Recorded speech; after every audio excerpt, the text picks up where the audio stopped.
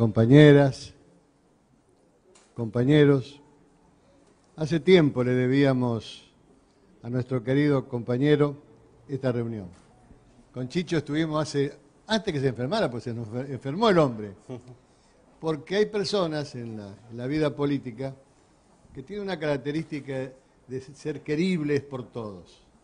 Queribles por todos. Es muy difícil encontrar a alguien que ha estado junto con él trabajando que no tenga ese afecto. Algunos decían, hay que tener cuidado porque esto no tiene nada que ver con la política. Lo que hacemos hoy tiene que ver con los sentimientos. Tiene que ver con los sentimientos. Sinceramente, yo también tengo que agradecerles a quienes me han acompañado, que todavía nunca lo he hecho, soy un poco ya lo haré. Pero él, sin haber sido ministro, pero teniendo una función importantísima. Y justo hoy, que es un día muy especial para la República, justo hoy tenemos la suerte de que nos acompañe y que, bueno, nos dirija la palabra y que nos enseñe. Recién estaba con él. ¿Qué está pasando, Aldo? Porque yo realmente, claro, ustedes saben, siempre lo he dicho, yo no entiendo de macroeconomía.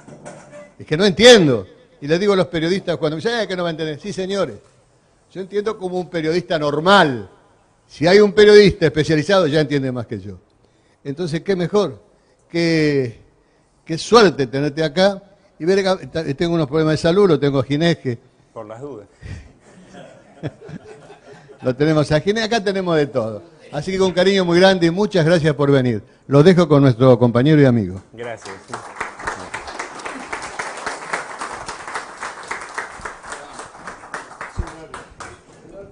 Bueno, muchas gracias, compañero Duvalde.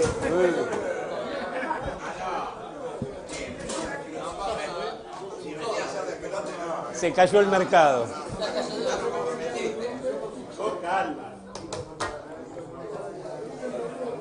No. Bueno, agradecer desde ya al compañero Duvalde y a Chiche Duvalde la invitación. Es cierto que hoy es un día... Espera que me pongo la cucaracha. Ahí va. Es cierto que hoy es un día muy especial por lo que pasó en el mercado, ¿no? Faltó decirle hoy al presidente qué lindo que es dar buenas noticias. Pero no comparemos, porque la verdad que es un día triste. Para los que estamos en el mercado y conocemos esto y sabemos la profundidad de la crisis que nos han llevado, es algo muy triste. Yo vengo de dar esta misma charla, lo que van a ver ahora es mi informe mensual de coyuntura que yo hago en forma privada para mis clientes, que son empresas de distinta índole. Y hoy en un grupo empresario se me cayó más de una lágrima en un momento dado cuando veía la situación del país. Dije, otra vez OPA, ¿no?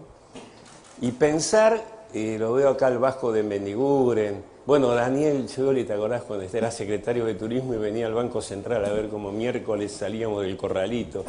Que hay que recordarle a la gente que el Corralito lo hizo Cavallo de la Rúa, que no lo hicimos nosotros, viste que en algunos lados.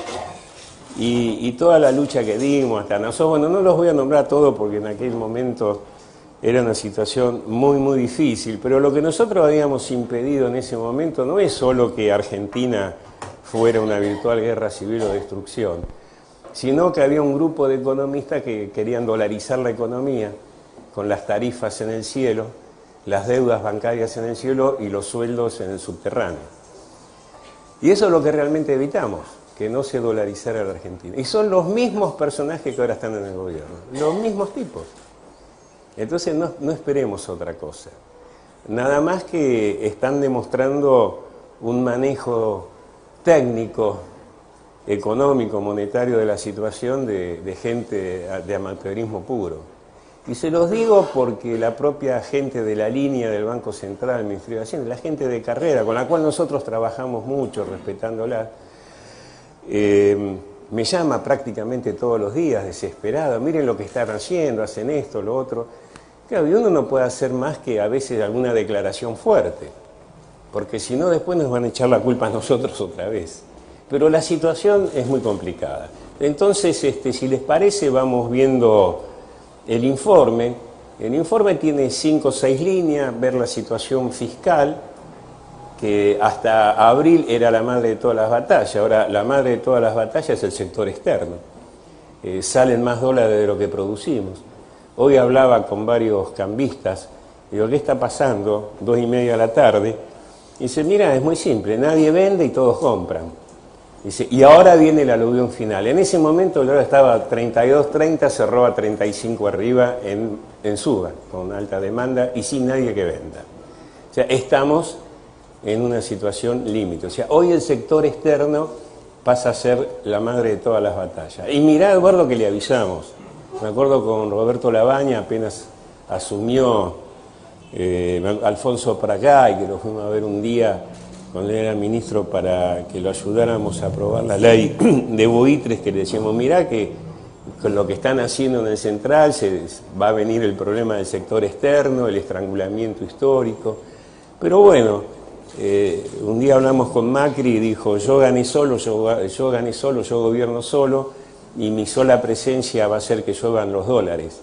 Ustedes saben que esa misma frase me la dijo a mí Cavallo en marzo del 2001, cuando yo era director del Central a cargo de las reservas de la convertibilidad, que lo fuimos a ver y le dijimos, mirá que se nos viene la noche, marzo del 2001. Inclusive más, le dijimos, si vas a un default, hacelo ahora que tenemos 30.000 millones de dólares de reserva. No, mi sola presencia va a hacer que lluevan los dólares. La misma frase de Macri. Y el mismo resultado. Claro, llovieron los dólares de la deuda, lo que hay es una lluvia, ahora cae granizo y se están yendo. Bueno, entonces, vamos a hacer un análisis de la situación fiscal, después viene un segundo análisis sobre la política monetaria del Banco Central, que ahí, hoy por hoy otra vez pasa a ser el eje del problema. Hay un análisis del sector externo, de deuda, del balance cambiario del central, qué está pasando con la inflación y qué va a pasar, la actividad económica, y después hay alguna encuesta de imagen de gobierno que por el nivel de gente que está acá va a estar de más eso, pero los empresarios, yo lo puse al final ese informe porque siempre es al revés, ¿viste? Los empresarios siempre preguntan, ¿y cómo está la política y qué pasa con las encuestas? Pero como ahora están asustados, primero le contamos la parte técnica de qué pasa con el dólar, la actividad económica. Así que bueno, no los aburro más. La pequeña introducción, son nada más que 180 gráficos, pero no, vamos a ver 5 o 6 nada más. Así que yo no sé si se ve bien o la luz como está, pero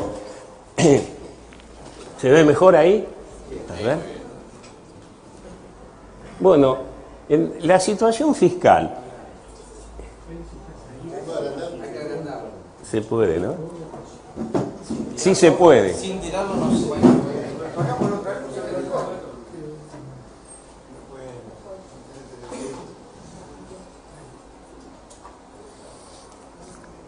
Bueno, este es un cuadro económico, fiscal, de 7 meses. El acumulado a julio, esto lo publica el Ministerio de Hacienda, y hay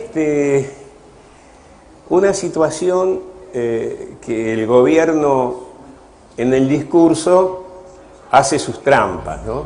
Por ejemplo, ellos dicen, bueno, hemos reducido el gasto en términos reales, porque como ustedes ven, los gastos corrientes aumentan solo un 15% en un año con una inflación del 31%, pero este cuadro, como siempre, se hace por lo percibido. Esto es lo que se pagó. Acá, por ejemplo, gastos de capital, que es la obra pública, hay miles de millones de pesos que no se pagan, o sea, se ejecutó, pero no se paga.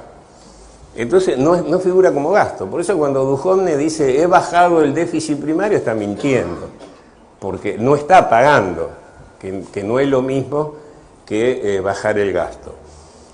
Y después, bueno, lo que han hecho fue un flor de ajuste en la obra pública. Ustedes fíjense que el año pasado, en los mismos 7 meses, se había gastado 125.000 millones de pesos en lo que es obra pública, y este año, en términos nominales, hay un 20% abajo.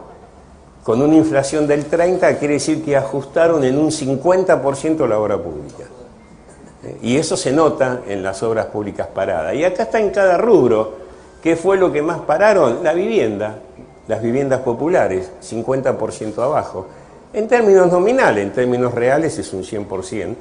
También bajó mucho todo el tema de agua y alcantarillado, digamos, las obras en los barrios, y lo mismo en las rutas viales y demás. O sea, en general, el ajuste pasa por la obra pública, las transferencias a provincias, que la redujeron sustancialmente, y también el otro problema que se viene, que son los salarios públicos. En un año aumentaron un 18% los salarios con una inflación del 30%, y ahí va a venir la puja distributiva.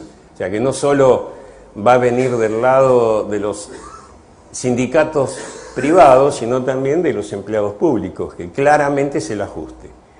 Y después hay otro tema de por qué el Fondo Monetario insiste con las jubilaciones. Porque claro, las prestaciones sociales, jubilaciones, asignación por hijo y otros programas como el caso del Fondo de Incentivo Docente, las cajas jubilatorias provinciales, el Progresar, los distintos planes sociales, no se han ajustado igual que el resto del gasto. Están en un nivel de 24-26% de aumento, y acá es donde Duhovne un día salió a decir, y si fuera por mí, los 2 millones de jubilados que entraron con la moratoria los sacaría. No le estaba hablando a la Argentina, le estaba hablando al Fondo Monetario, porque el 60% del gasto público está acá, en las prestaciones sociales. Inclusive en el acuerdo con el fondo, una de las cláusulas le permite al gobierno subir en el 0,2 del PBI, es nada, son 1.000 millones de dólares en el año, hoy estamos hablando de 35.000 millones de pesos, puede subir los planes sociales. Pero en realidad lo que está pidiendo el Fondo Monetario es un ajuste acá arriba. El 60% del gasto público nacional es el ANSES. Y si vemos el resultado final, a ver si estamos por acá.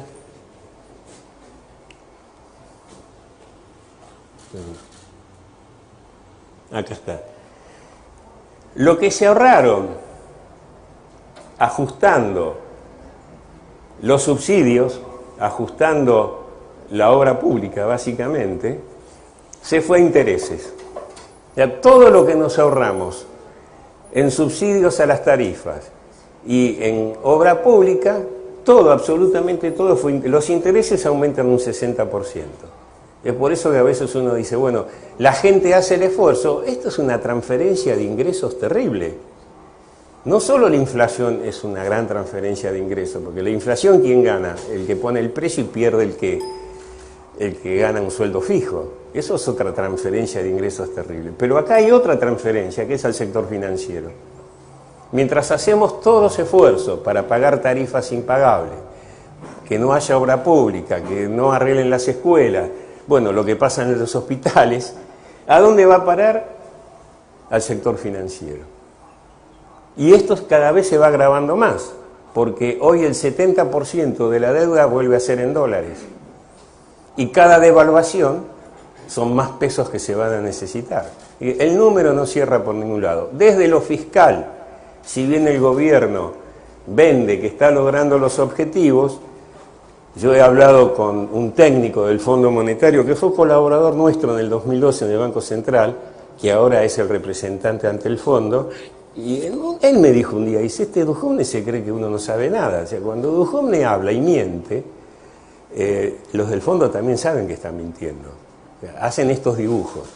Por ejemplo, en la parte de ingresos, ven acá en otros ingresos que hablan de un 88% de aumento.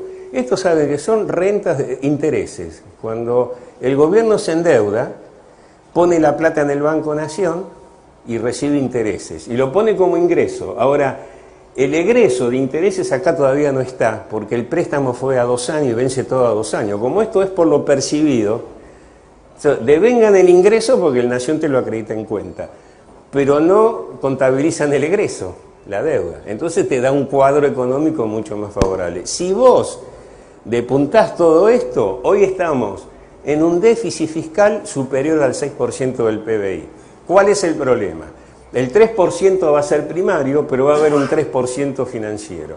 En el gobierno anterior, con Cristina, había un déficit primario del 5%, pero el déficit de intereses era el 1% del PBI. Hay un traslado clarísimo del sector primario al sector financiero. Ahora, el 5% de déficit del gobierno anterior era exclusivamente las tarifas, el subsidio a las tarifas, que eso este gobierno lo va eliminando. Para tener una idea de subsidios, en el 2015 los subsidios a la luz, gas, transporte eran de 20.000 millones de dólares por año. Hoy estamos en 6.000, 7.000 millones de dólares. El ajuste de tarifas ha bajado el subsidio. Ahora, esto es un tema de política de Estado.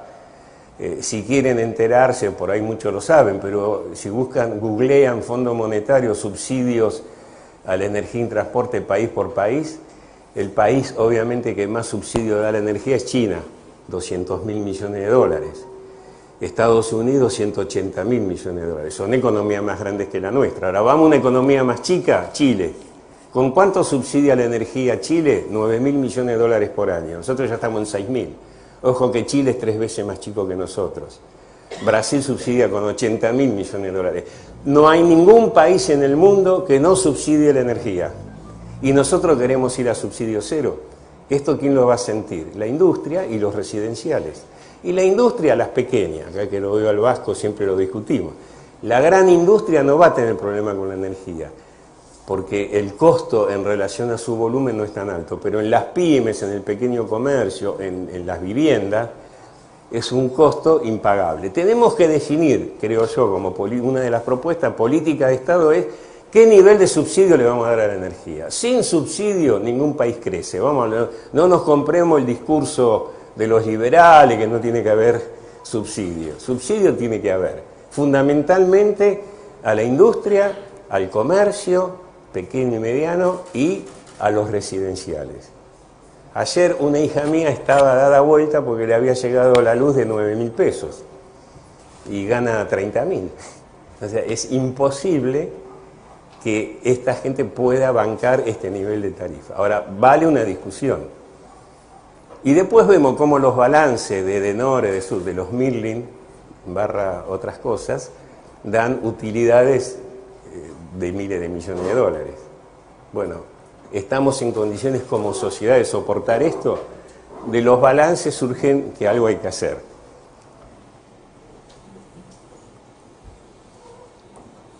Bueno, en el tema monetario financiero, yo voy a tratar en 2 minutos de explicar algo que sé que técnicamente es muy difícil. Lo que pasa es que uno está en el tema. Estas barras que son, esto arranca el 10 de diciembre, asume Macri. La barra azul es la base monetaria. La base monetaria es todo el dinero que está en el bolsillo de los argentinos, la guita que está circulando. Es un pasivo del Banco Central, porque se endeuda emitiendo, pero que no paga intereses, porque el dinero no paga intereses. La barra roja son las famosas LEBAC, letras del Banco Central, creadas en el gobierno de Duhalde.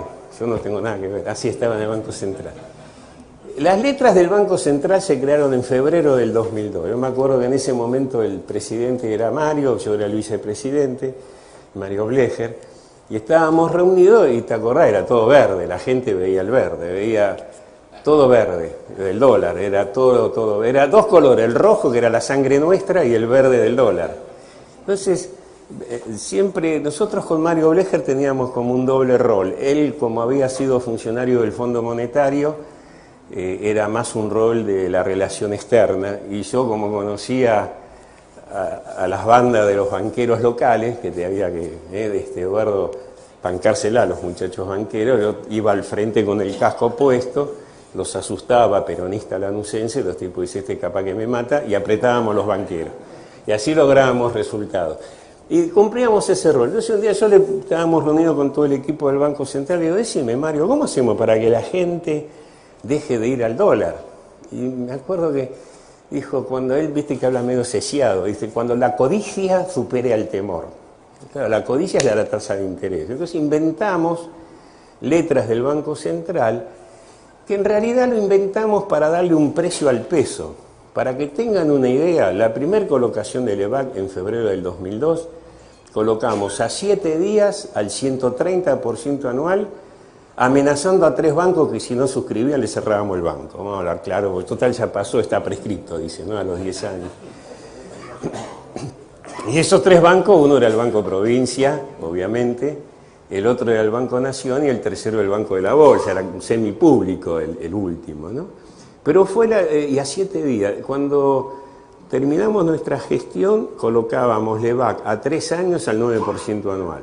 Pero nosotros no usábamos la LEVAC como vino después, como una cuenta, se llama técnicamente regularizadora de la base monetaria. O sea, vos emitís mucha plata y después, para que no te vaya inflación, la absorbés vía LEVAC. ¿Cuál es el problema de las LEVAC? Que paga tasa de interés. La Azul no paga tasa de interés, la LEVAC sí.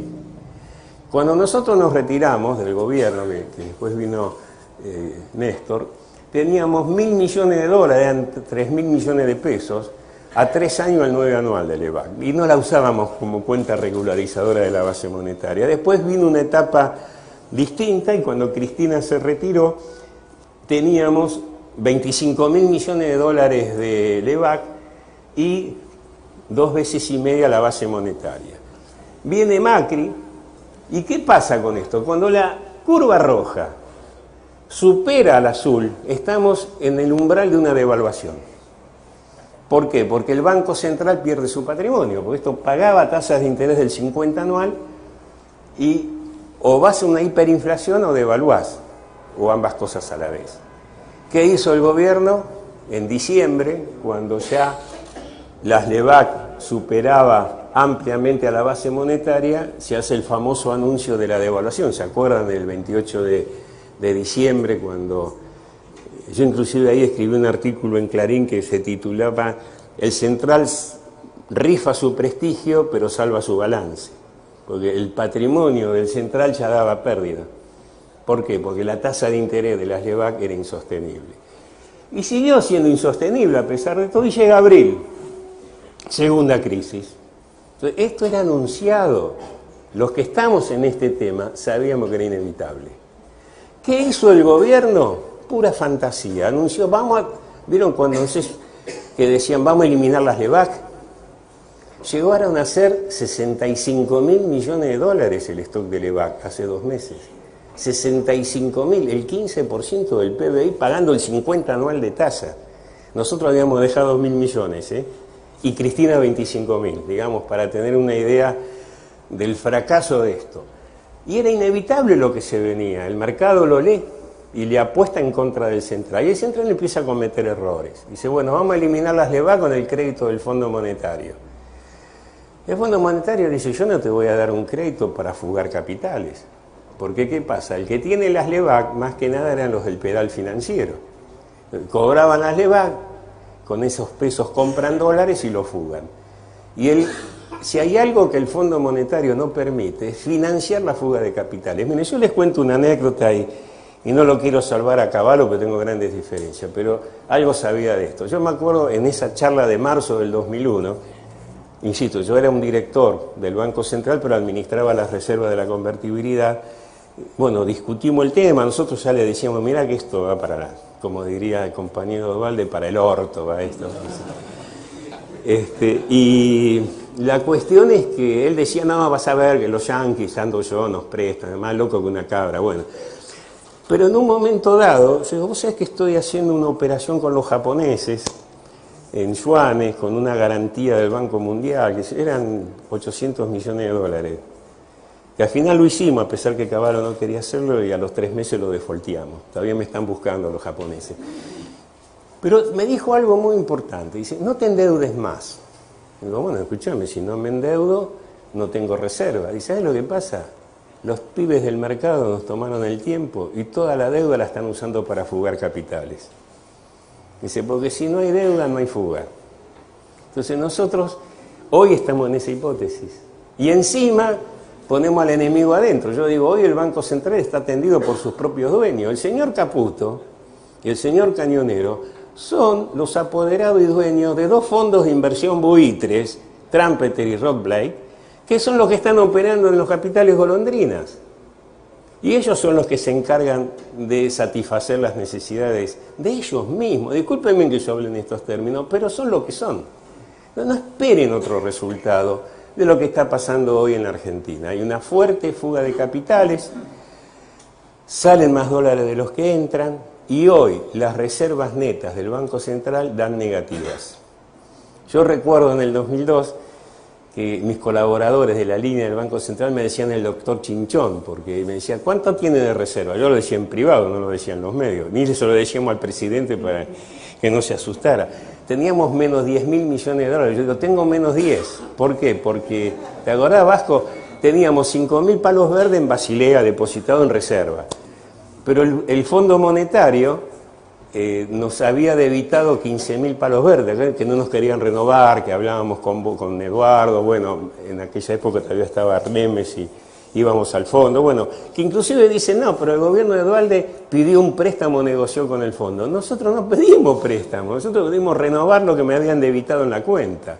Como me debitaron la deuda, porque se había caído el acuerdo, más 5 menos 15 daba menos 10. Menos 10.000 millones, esa era mi reserva, no podía emitir un cheque, lo que tiene en cuenta corriente, de lo que estar cubierto en rojo. Bueno, con la negociación al final logramos que revertieran el débito y pudimos renegociar eso con el fondo, porque no nos prestaron un puto dólar nuevo.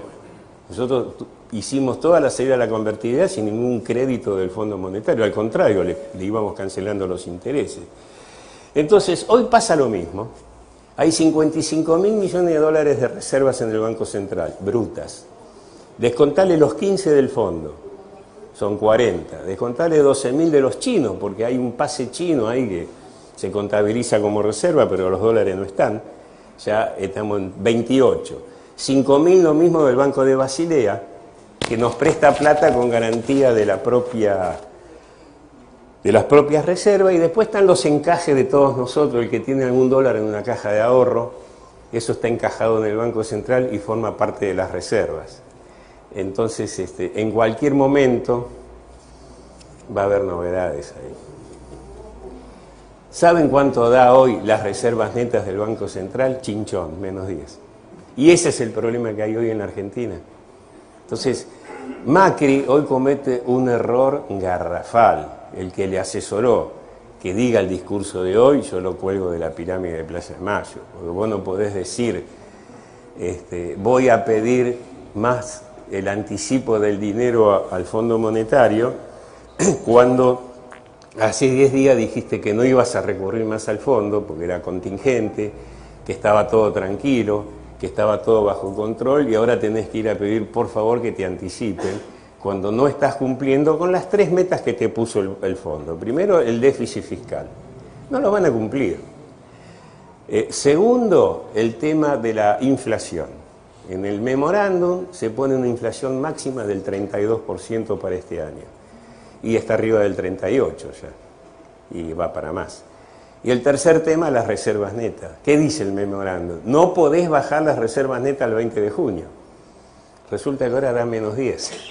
¿Saben cuánto eran en aquel entonces las reservas netas? 25.000 millones de dólares. Así que se fumaron más de 20, 30.000 millones de dólares en 60 días. Y ahí hay un problema muy grave.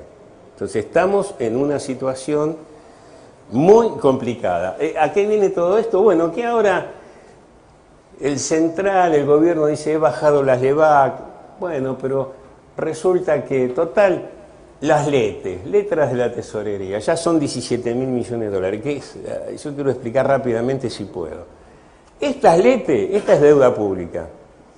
Aumenta la deuda pública. Pues estas son deudas que toma el Estado Nacional en dólares. O sea, vos tenías las LEVAC que son pesos, que es un problema monetario. Y si vos la dejabas en el central, a lo sumo aumentás los encajes, lo absorbés en la base monetaria y no te endeudás. No es deuda.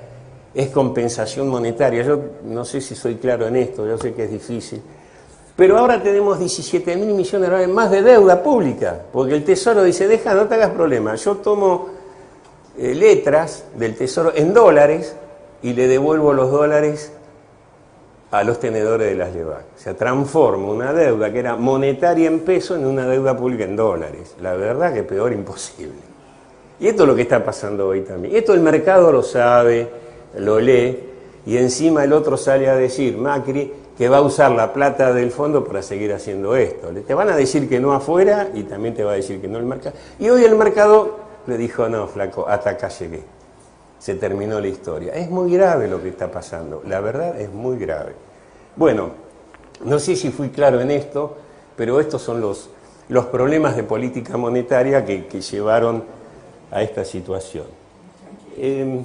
La deuda pública, en diciembre del 2015 eran 253.000 millones de dólares, había una proyección de llegar a fin de año a 370.000, acá van a ser más de 400.000, porque hay que sumarle las letes que acá no estaban y el Fondo Monetario.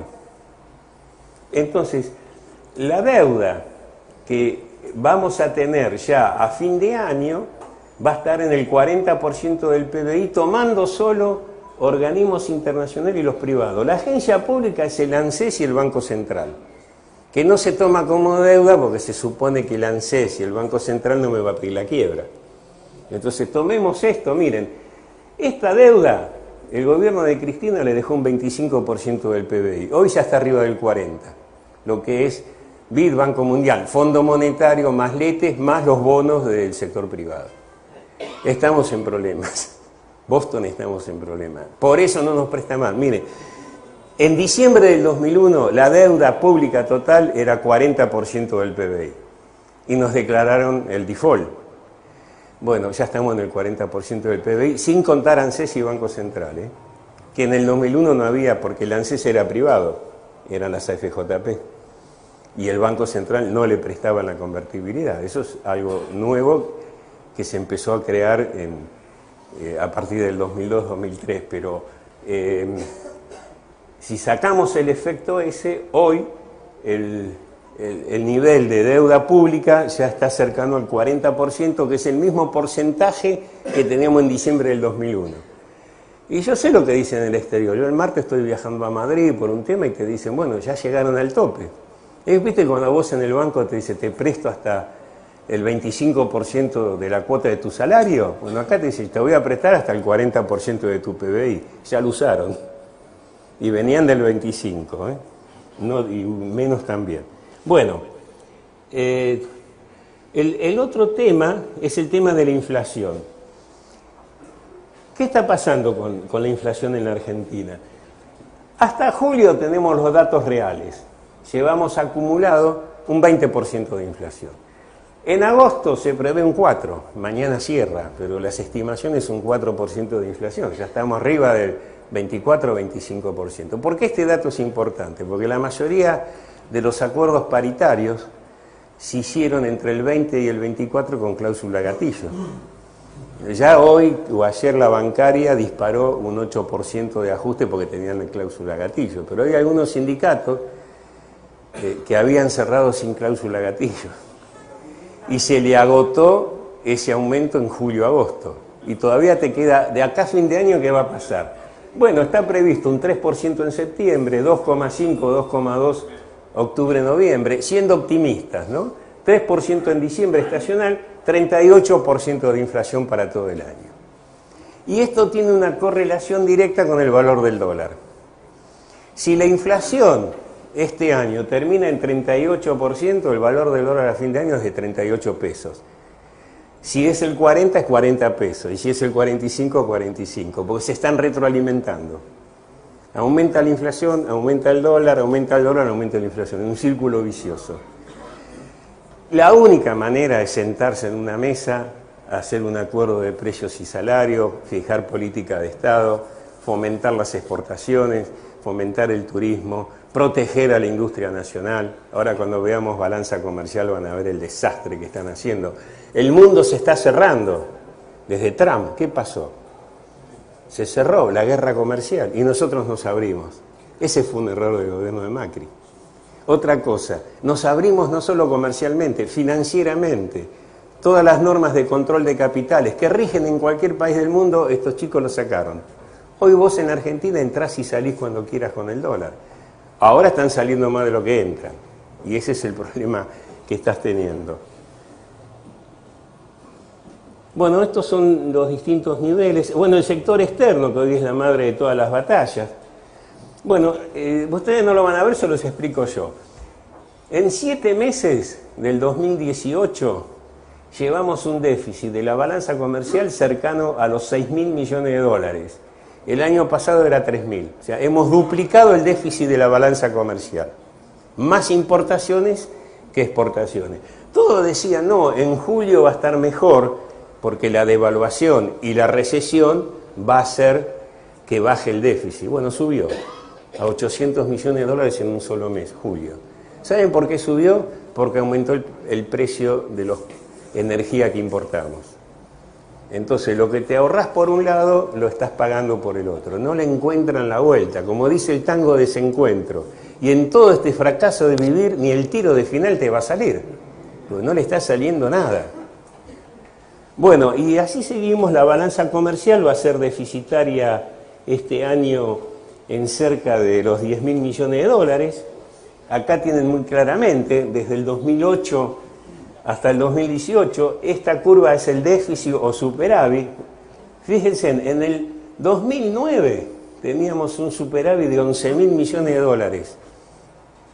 Más exportaciones que importaciones. Les quiero aclarar que cuando nosotros dejamos el poder, teníamos un superávit de 16.000 millones de dólares comercial, un superávit fiscal del 3% del PBI, una inflación del 3% anual y un dólar que valía 3,10 porque nosotros queríamos que ya valía 2,80, digamos. Y la economía crecía al 7%. Vino Néstor Kirchner los primeros 4 años, bueno, Daniel era el vicepresidente, mantuvo ese esquema y mejorado aún. ¿Cuándo empezó el despelote, que empezamos a perder el déficit? Y después del 2013 ya empezó la baja, empezó a bajar el precio de la soja, pero también empezamos a tener problemas con la producción energética. Hoy el gran déficit de la balanza comercial nuestra está explicada por 3 cosas. Primero, lo energético. Hay 10.000 millones de dólares por año de importación de energía. Macri anda diciendo por ahí que en el 2023 vamos a estar exportando de vaca muerta. Avisale que ya hubo un tipo Keynes que dijo que en la economía en crisis, en el largo plazo, estamos todos muertos, ¿no?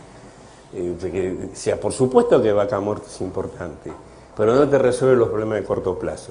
Entonces tenés problema energético, tenés un problema serio con automóviles. Brasil nos llena de autos y ahora que fuimos a pedir la compensación, Brasil acaba de tomar una decisión que es proteger la fabricación de autos en Brasil. Nosotros la miramos de costado. Y por último es la apertura indiscriminada de la economía. O sea, nos están llenando de productos y reemplaza el trabajo argentino, cuando el mundo está al revés. ¿Y qué hay que hacer acá? Es muy simple, es promover las exportaciones, promover el turismo, proteger al mercado argentino y recuperar los superávit. Si quieren, en 2 días le enseñamos a Macri cómo se hace, pero no nos escuchan, porque no es tan difícil, pero es un problema ideológico. Él ganó solo, él gobierna solo y los yanquis nos llenan de dólares. Avisale que son deudas, no son dólares. Bueno, el riesgo país, otra cosa que ahora volvió a estar de moda. ¿Qué dice el gobierno? No, nos va mal porque se cayó Turquía, se cayó Brasil. Claro, si nos va mal, salvo Venezuela, que es un problema aparte, el riesgo país argentino aumentó 321 puntos. ¿Cuánto aumentó México? 9, Brasil 64 puntos. ¿Por qué no le pega a los otros países, si es como dicen ellos? Porque tenemos desequilibrio, que ellos no lo tienen.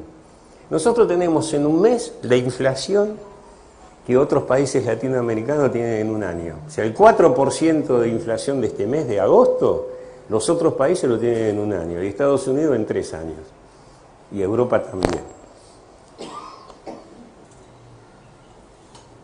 Bueno, rápidamente, que es el balance cambiario. ¿Qué es el balance cambiario? Esta es la estadística del Banco Central. Los dólares que ingresan y los dólares que egresan. Esto se hace mes a mes, se llama el balance cambiario. Si ustedes quieren entrar y aburrirse, está en la página del Banco Central. Se publica el día 20 de cada mes. Acaba de salir el de julio. Tenés los ingresos de dólares y los egresos. Y el acumulado de 7 meses. En Argentina ingresaron 27.000 millones de dólares, de los cuales 15.000 fue el préstamo del fondo. Pero se fueron 28.500 millones de dólares en estos 7 meses. Quiere decir que si sacamos el efecto del Fondo Monetario, hemos perdido en 7 meses 18.000 millones de dólares. ¿En qué se fueron?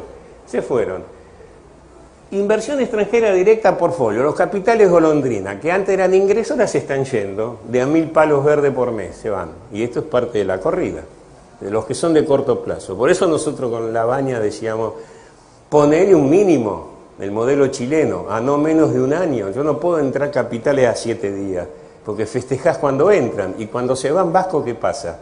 Se van. Sí, bueno, pasa lo que pasa ahora. Segundo, fuga de capitales. Ahora después vamos a ver un triste récord que vamos a ver. Fuga de capitales. Se llevan fugados ya este año más de 20.000 millones de dólares.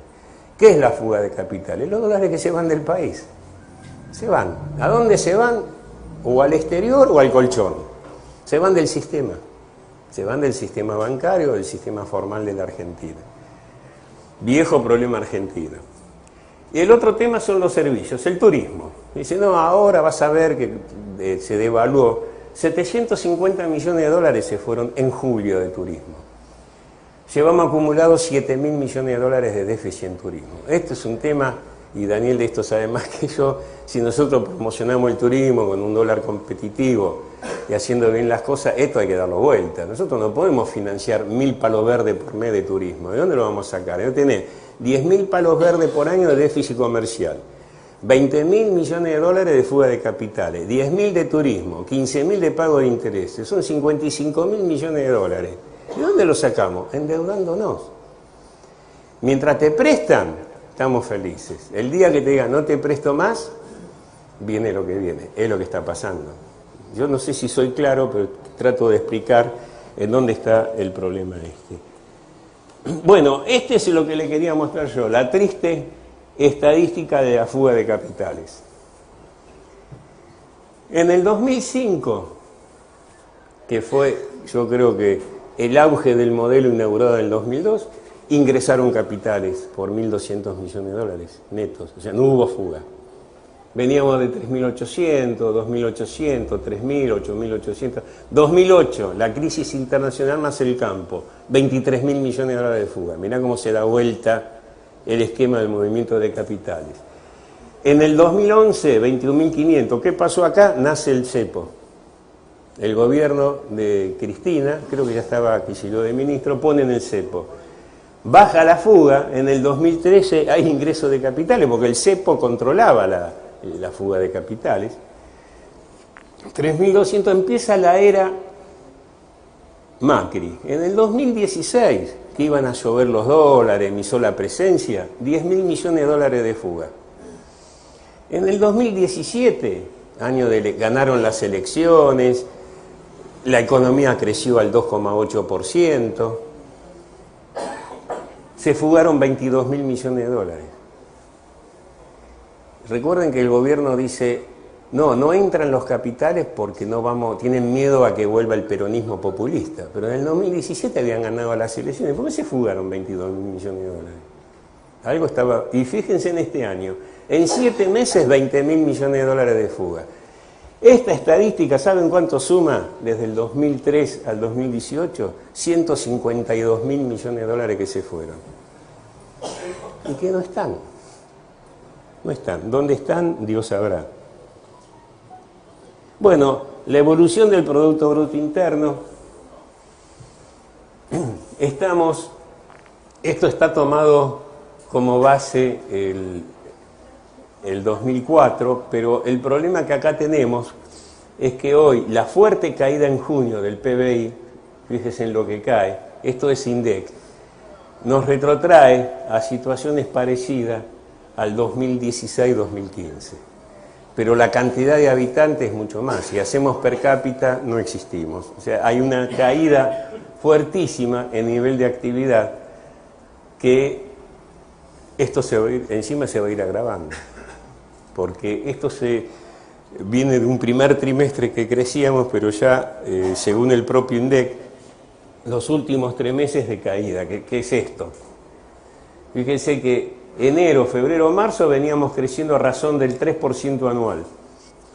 Abril, menos 0,6, mayo, menos 5,2, junio, menos 6,7 y julio, ya estoy recibiendo el dato, menos 7,8. Es una caída parecida a la crisis del 2001. Esto es llevar el PBI a niveles menores al 2015. Pero del 2015 a la fecha hay 1,5 millones más de habitantes en Argentina. Y se nota claramente en este gráfico que les quería mostrar, porque recuerdan que Macri dijo que él iba a revertir la tendencia que crecemos en los años impares y caemos en los años pares, por el tema de las elecciones, obviamente. Bueno, arrancamos en el 2011. 2011 crecíamos con pico, esto es trimestral, con pico de hasta el 7,5%. Pero después en el 2012, año par, bajábamos al 5%. O sea, son cosas abruptas, muy abrupto todo.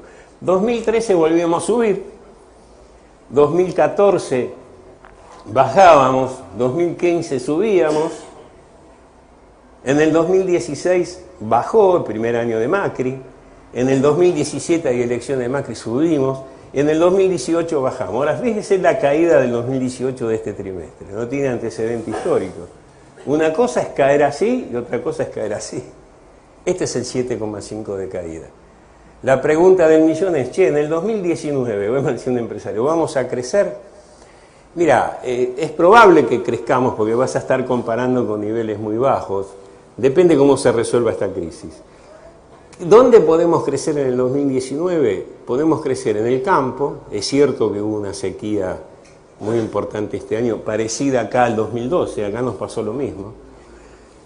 Pero ¿sabés cuánto influye el campo? En el 8% del PBI. Sí influye en el sector externo. Se calcula que va a haber 10.000 millones de dólares más de producción el año que viene porque la lluvia viene bien. Eso es el 1,5% del PBI. Y el otro tema es el sector energético. Eso se está moviendo bien, el tema vaca muerta, el litio. En ese sector va a haber mejoras que te puede ser medio punto más del PBI. El problema es que el consumo no te reacciona y es muy simple. Vaca muerta y el campo en los grandes centros urbanos no se siente. Y hoy el problema más grave que tenemos es el Gran Buenos Aires, el Gran Córdoba, el Gran Rosario, el Gran Mar del Plata, el Gran La Plata, Gran Mendoza, Gran Tucumán. ¿Dónde está la gente? El 85% de la población argentina es urbana, no es rural. Y ahí está el problema. No se vislumbra una mejora en la economía argentina si no se cambia el paradigma de la economía argentina, que haya una mejora sustancial, que la gente lo sienta. Pero insisto, como se resuelva esta crisis, que yo soy bastante pesimista, va a depender el crecimiento del año que viene. Así que estamos en una situación, síntesis, y no los aburro más, una situación típica de Argentina, estrangulamiento del sector externo, con fuerte caída en la actividad económica. Este año la economía va a caer el 2%. Tenemos una inflación que va a estar más cerca del 40 que del 35 y un alto índice de endeudamiento. ¿Cómo se sale de esto? Miren, yo puedo estar hablando 2, 3, 4 horas. Un día me llama Dualde, espero que no vuelva a ocurrir eso. Me llamaste el 31 de diciembre del 2001 a las 10 de la noche, yo estaba fugado en Pinamar y me hizo volver. Y bueno, pero armamos ahí el trabajo. Lo que yo digo es que yo les puedo armar el mejor programa económico, pipí, cucú, estabilidad, equilibrio macroeconómico. No se hagan problemas, nos juntamos 10 locos economistas, econometristas, y yo te hago un plan bárbaro. El problema es si no incluye a la gente y cómo resolvemos lo político. Si no resolvemos lo político, no hay un acuerdo mínimo, ni adentro ni afuera nos van a escuchar. Yo se los digo, yo estoy viajando el martes a Madrid, voy a dar una clase en la Universidad de Madrid y estoy 2 días con un grupo empresario de Europa que los convencí, creo, que inviertan en Iguazú, en turismo, en 3 hoteles. Pero ¿sabés lo que te dicen afuera? Y cuando vuelvan ustedes, los peronistas, ¿qué van a hacer? Te lo dicen, no es porque yo sea peronista, te lo dicen, no es mi culpa. Mire, no sabemos nosotros. Ahora gobierna Macri, bueno, está bien, te lo dicen en todos lados. O sea, quieren conocer cómo sigue la historia en la Argentina. Y si Macri sigue, yo gané solo, gobierno solo, y mi presencia hace que los gringos pongan la guita, creo que ya ni él mismo se lo cree. Y por favor, si alguien puede hablar con Macri, que no sea tan gorila, que el peronismo lo puede ayudar. Nada más, muchas gracias.